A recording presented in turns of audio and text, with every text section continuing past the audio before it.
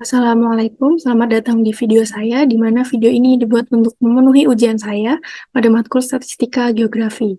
Perkenalkan, saya Dinda Pratiwi dengan NIM 2250311 GE 09947. Beberapa waktu lalu, saya mengunduh jurnal internasional yang ditulis oleh Hong Wei Zhang berjudul Human Activities and Natural Geographical Environment and Their Interactive Effect on Sudden Geologic Hazard, a Perspective of Macro Scale and Spatial Statistical Analysis. Singkatnya, jurnal ini membahas bahwa aktivitas manusia seperti pembangunan infrastruktur, eksploitasi sumber daya alam, dan perubahan tata guna lahan dapat mempengaruhi lingkungan geografis dan dapat menyebabkan perubahan pada sifat-sifat geologis dari suatu wilayah. Hal ini meningkatkan resiko bahaya geologi yang dapat terjadi secara tiba-tiba, contohnya tanah longsor, banjir, dan gempa bumi. Bahasan utama dalam video ini nantinya akan saya coba jelaskan khususnya terkait dengan variabel random yang diaplikasikan dalam jurnal ini. Sebelum itu, penulis menggunakan data statistik berupa data spasial yang mencakup informasi mengenai faktor manusia, faktor lingkungan, dan risiko bahaya geologi yang dapat terjadi secara tiba-tiba di berbagai wilayah di Cina. Data yang digunakan termasuk data cuaca, data populasi, data geologi, dan data aktivitas manusia. Penulis kemudian menggunakan analisis spasial statistik untuk memproses data dan menentukan korelasi antara faktor-faktor tersebut dengan resiko bahaya geologi tiba-tiba. Maksudnya bahaya geologi tiba-tiba itu bahaya geologi yang dapat terjadi secara tiba-tiba. Kemudian analisis yang ada pada jurnal ini mencakup penggunaan metode seperti regresi spasial, analisis korelasi spasial, dan analisis klaster spasial. Dalam penelitian ini, penulis menggunakan cara-cara atau metode seperti yang pertama pengumpulan data, analisis deskriptif, regresi spasial, analisis korelasi spasial, analisis klaster spasial, interpretasi hasil, dan yang terakhir rekomendasi kebijakan dari penulis. Pada poin 2, 3, 4, dan 5 akan saya coba jabarkan terkait dengan variabel random yang diaplikasikan pada penelitian ini. Jenis variabel random yang digunakan yaitu variabel random discrete.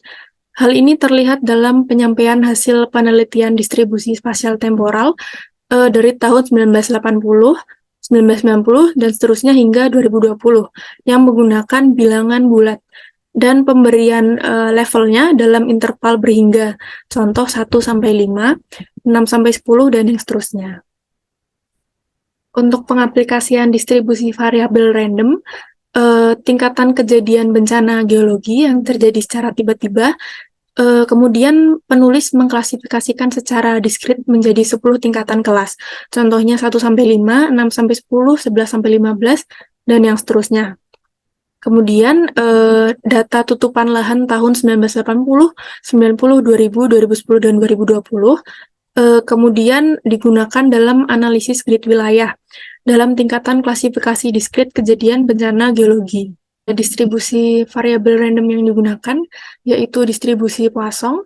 Distribusi ini digunakan untuk mengamati bahaya geologi yang terjadi secara tiba-tiba, meliputi aliran debris, rekahan tanah, lereng yang tidak stabil, atau topografi yang curam atau tidak stabil secara spasial dan time series, di mana menjadi khas dari distribusi Poisson yaitu time series-nya.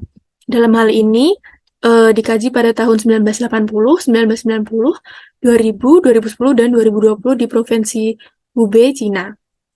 Analisis regresi linear digunakan dalam analisis bencana geologi yang dapat terjadi secara tiba-tiba terkait dengan korelasi hubungan antara presipitasi rata-rata tahun 1980, 1990, 2000, 2010, dan 2020 dengan kondisi geografi lokal Hubei dan aktivitas manusia dalam sebaran tutupan lahan untuk menganalisis distribusi variabel random discrete kejadian bencana geologi dalam skala yang makro. Setelah semua data diolah, Hasil analisis menunjukkan bahwa faktor manusia seperti kepadatan penduduk, intensitas eksploitasi sumber daya alam, dan penggunaan infrastruktur memiliki dampak signifikan terhadap resiko bahaya geologi yang dapat terjadi secara tiba-tiba. Resiko-resiko ini merupakan hasil dari interaksi kompleks antara aktivitas manusia dan lingkungan geografis alami. Kemudian menurut penulis, penanganan risiko tersebut membutuhkan pendekatan yang holistik dan terpadu.